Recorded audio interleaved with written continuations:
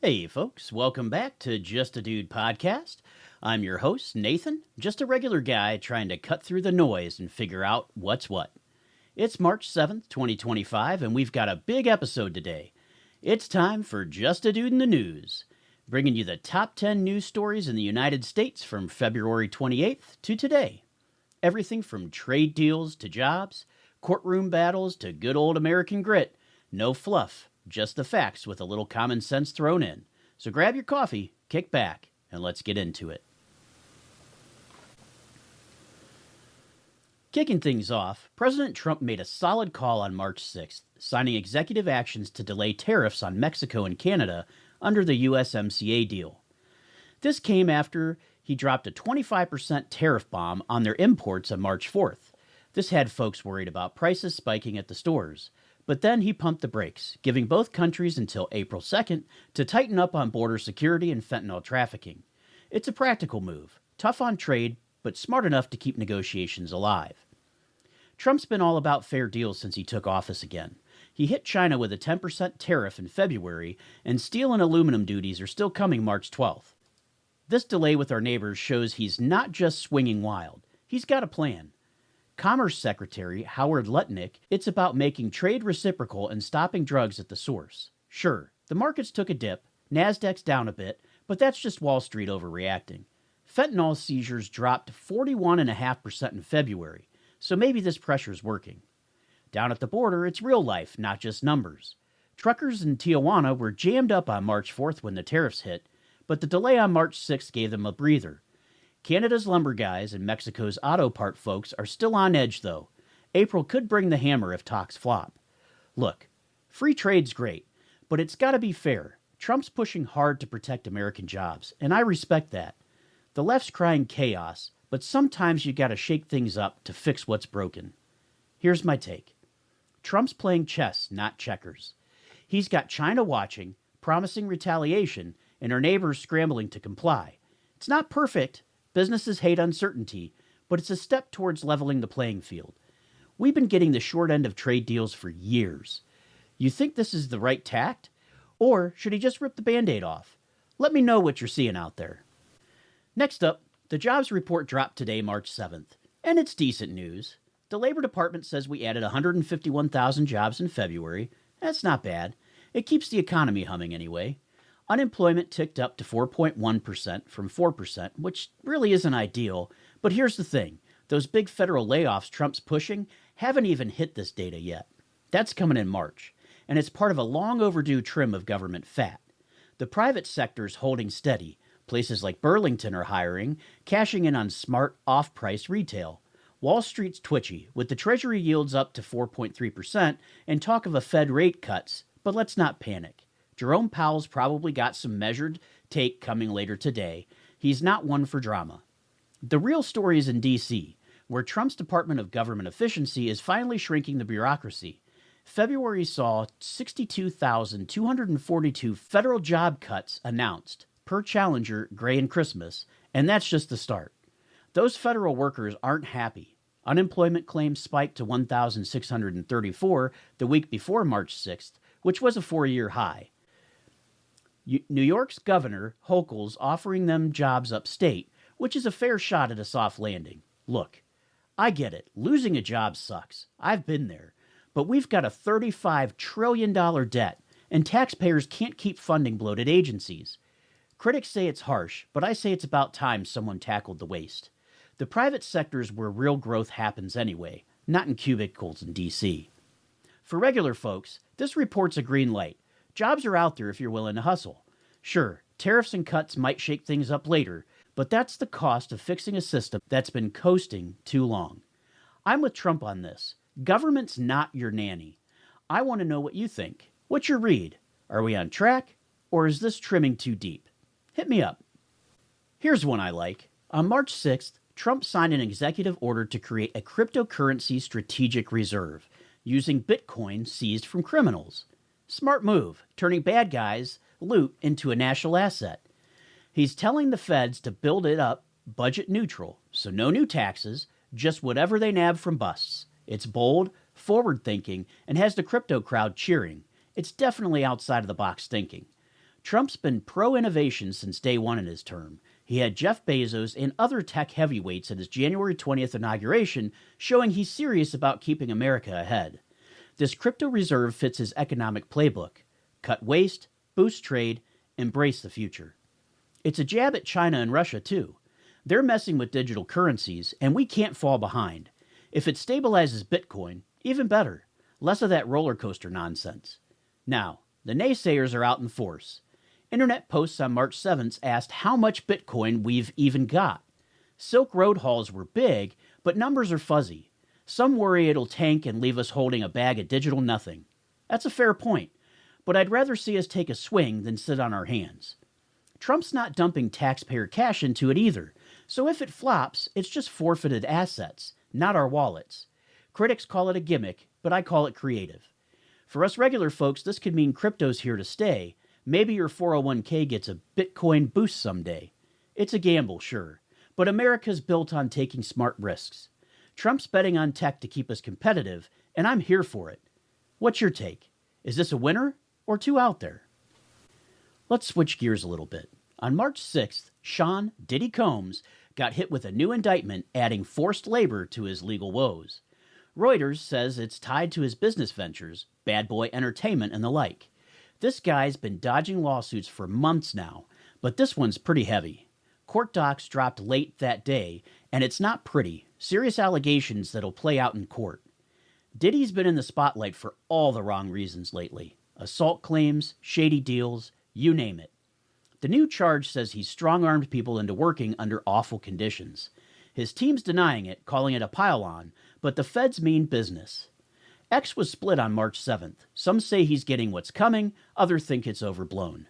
Even Sam Bankman-Fried piped up from prison calling Diddy kind. Yeah, okay, Sam, stick to your cell. This blew up midweek, March 6th, right as Trump was juggling tariffs and crypto. Diddy's lawyers were scrambling while the rest of us were just trying to keep up. If he's guilty, it's a big fall. Decades in the clink. But let's hold off. Innocent until proven guilty, right? The timing's nuts, though. With all this other news, Hollywood's always got drama, but this feels next level. Here's my stance. Law and order matter. If Diddy did this, he's got to pay. Fame doesn't get you a pass. But I'm not buying the hype till the gavel drops. For regular folks, it's a reminder. Build your empire clean, or it'll crash hard. What's your gut say? Guilty or getting railroaded? Drop me a line. Again on March 6th, Reuters reported federal workers are suing over Trump's mass layoffs. Class action type of stuff, claiming they got a raw deal. This ties to his Department of Government Efficiency, or DOGE, slashing jobs to shrink the federal agencies. February alone saw 62,242 cuts announced, and these folks are mad. I get the frustration, but let's look at the bigger picture here. Trump promised to drain the swamp, and that's exactly what he's doing. 62,000 fewer bureaucrats is a start.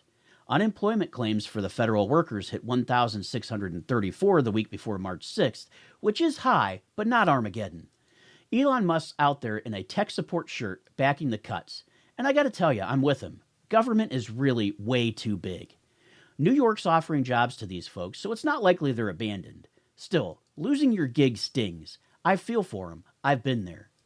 The lawsuits say Trump's breaking rules, civil service protections, and due process. But posts on the internet on March 7th back that up. But the feds argue it's all legal. Look, I'm no lawyer, but executive power is definitely broad. And we've got a debt crisis of $35 trillion, and that ain't chump change. Critics like ex-FEMA CFO Mary Comins, fired in February, say it's political. Maybe, but waste is waste. These cases might drag on, maybe hit the Supreme Court. Good luck to them. For us taxpayers, I see this as a win. Less bloat and more accountability. Sure, it's messy, but reform always is. I'd rather see lean government than keep funding inefficiency. Recent polls show that 54% of those polled said that Elon Musk and Doge should influence government spending and operations. And when asked if they approve of Trump trying to cut staff at government agencies, 51% of respondents said they did. You buying these workers' case? Or is this just the cost of fixing D.C.? Let me hear it. This next story is a tough one.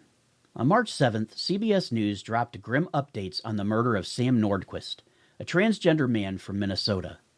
He was held captive and tortured in New York motel for a month before dying in February. New evidence hit today, and I gotta tell you, it's awful. Suspects are in custody, and it's shaking folks up. Justice needs to move fast here. Nordquist vanished in January, and by February, he was gone. Brutal stuff. The March 6 court filings brought witnesses and hard proof, pushing this into the spotlight on March 7th. The internet was full of anger. Some call it a hate crime. Others say it's personal. Either way, it's a tragedy. Cops are digging in, but the why's still unclear. Hate, revenge, or something else. We'll see what sticks in court. This hit while Trump was juggling tariffs and jobs, almost slipped under the radar. Nordquist's family's been pushing since February, and today's news proves they're not letting up and are finally getting some answers. It's definitely a gut punch. Nobody, and I mean nobody, deserves this. Period. X posts on March 7th demanded answers, and I'm telling you, I'm with them. Law and order's got a hold. Hate crime or not, this is pure evil, and the perps need to face the music. As a regular Joe, this hits hard. Life's too short for this garbage. If it's hate-driven, we've got work to do as a society. But let's not jump the gun. Facts first. I can't say who deserves what penalty. That's above my pay grade. But justice better be served. What's your take? How do we stop this kind of thing from reoccurring? Hit me up. Let's get that conversation going. Back to March 4th, Trump's first big speech to Congress this term, and it was definitely a show. He laid out 6 weeks of wins, federal cuts, border security, economic moves. Then, Representative Al Green got hauled out for yelling. Classic D.C. drama. PBS fact-checked it on March 5th, and X was still hot about it on March 7th. Trump's not messing around, and I gotta respect the hustle. He hit hard, said 21 million murderers and traffickers crossed under Biden. PBS pegs it at about 10.4 million encounters, 4.5 million expelled, still a mess. February border arrests dropped to 8,300, the lowest ever recorded, thanks to his policies. Green's outbursts, tariffs, or immigration, who knows? Just proved the left can't handle the results. J.D. Vance and Mike Johnson kept cool while the circus played out. March 5th showed the split for sure. Some loved Trump's grit, others whine he's too brash. Fact-checkers nitpicked, but X posts on March 7th backed his vibe. America first, no apologies. China's threatening tariff payback, and federal workers are suing, but that's what winning looks like, pushback. Green's tantrum was just noise. Trump's focused on fixing what's broke. For us regular people, it's refreshing that someone's finally fighting for the country and us, not just their image. Sure, it's loud and crass sometimes, but quiet gets us nowhere. I'm cautiously Team Trump for now, looking for results over optics. Are you vibing with the speech, or do you think it was too much? Let me know. On a lighter note, Queen of the Ring premiered today, March 7th. It's about Mildred Burke, a 1930s wrestler who crushed it in a man's world. The first female athlete to earn $1 million. Emily Bett Rickards plays her, and it's a classic American story. Single mom, hard work, beating the odds. It's really good stuff. Burke was a trailblazer. She ruled wrestling when women were sidelined. The film's gritty, showing her balancing kids and body slams while taking on sexism. X post on March 7th loved it. Other posts were saying the same across the internet. This is perfect for Women's History Month, and wrestling's hot right now. Director Ash Avildsen wrapped it late 2024, and today's drop has critics buzzing, maybe Oscar material. It's a throwback to when effort meant something. No handouts, just hustle. NPR says it's got heart, and I'm here for that. Beats the woke fluff Hollywood usually churns out. Wrestling's raw, unscripted vibe shines through, and Burke's story fits 2025's grit over glitz mood. Plus, it's cool seeing a forgotten hero get her due. For normal people like us, it's a win. Proof hard work pays off, no matter the era. I might catch this weekend. I definitely need a break from tariffs and crime. Are you going to see it? Think it'll hold up, or just another biopic? Drop your take. Quick heads up, daylight saving time starts this weekend. Clock spring forward Sunday at 2 a.m., lose an hour, gain some evening light. It's that yearly hassle we all grumble about, but it's here. So let's deal. It's an old habit, World War I energy trick per NPR. Internet posts on March 7th were kind of split on this. Some love the extra daylight, others hate the sleep hit. Studies say it's outdated, and I gotta tell you, I agree. Why mess with nature? Arizona and Hawaii skip it, and Congress keeps kicking the can. Typical. If they can't make or spend money on it, they won't vote for it. This hits amid a wild week. Tariffs, jobs, murder cases, then bam! Clock chaos. March 6th had folks prepping, and by March 7th, it's real. Monday's gonna drag. Health folks say it throws us off, and I feel that. Coffee's my hero this Sunday. Still, more grilling time's not the worst trade-off. For us regular folks, it's a minor pain. Adjust and move on. I'd vote to ditch it. Less government meddling, please. But it's tradition, so we roll with it. You a fan, or are you ready to scrap it? Let me know your thoughts. Wrapping up our top stories for this week, on March 6th, Hindustan Times said Trump's eyeing sanctions on Russia over Ukraine, telling Putin, get to the table. This follows him pausing Ukraine aid after a Zelensky spat. It's a strong move, shows he's not afraid to flex, and it's got folks talking as of today. Trump's juggling a lot. Border wins, trade fights, and this fits his playbook. He cut Ukraine aid in February. Fair. We're not the world's ATM. But now he's hinting at hitting Russia to force talks. Internet posts on March 7th like the strategy, tough but pragmatic. Critics say it's a flip-flopping, but I say it's leverage. Why waste cash when sanctions can sting? February's border arrest hits 8,300. Trump's winning there, so maybe he's shifting focus. Ukraine's struggling, but Kiev's still a mess. Quiet so far, but oil prices could jump if sanctions drop. That's the rub. Tough on Putin might mean pain on our pumps. Still, peace through strength's the goal. For us, it's about priorities. America first doesn't mean ignoring the world, just playing it smart. I back Trump here. Sanctions beat endless aid checks. You think this will work, or just stir the pot even more? That's a wrap, folks. The top 10 news stories from February 28th to today. Trade, jobs, crypto, justice, grit. It's been a week. Thanks for tuning in to Just a Dude podcast. Drop me your thoughts. You can email me, hit me up on X, Facebook, Instagram, TikTok, wherever. Don't forget to join us this next Monday on March 10th as we had a chance to speak with Jim Marshall. He's the inventor of Septemics, a way to move through life without emotion. You won't want to miss his unique take on relationships. Until then, keep working hard and thinking straight. I've been Nathan for Just a Dude podcast. Catch you next time.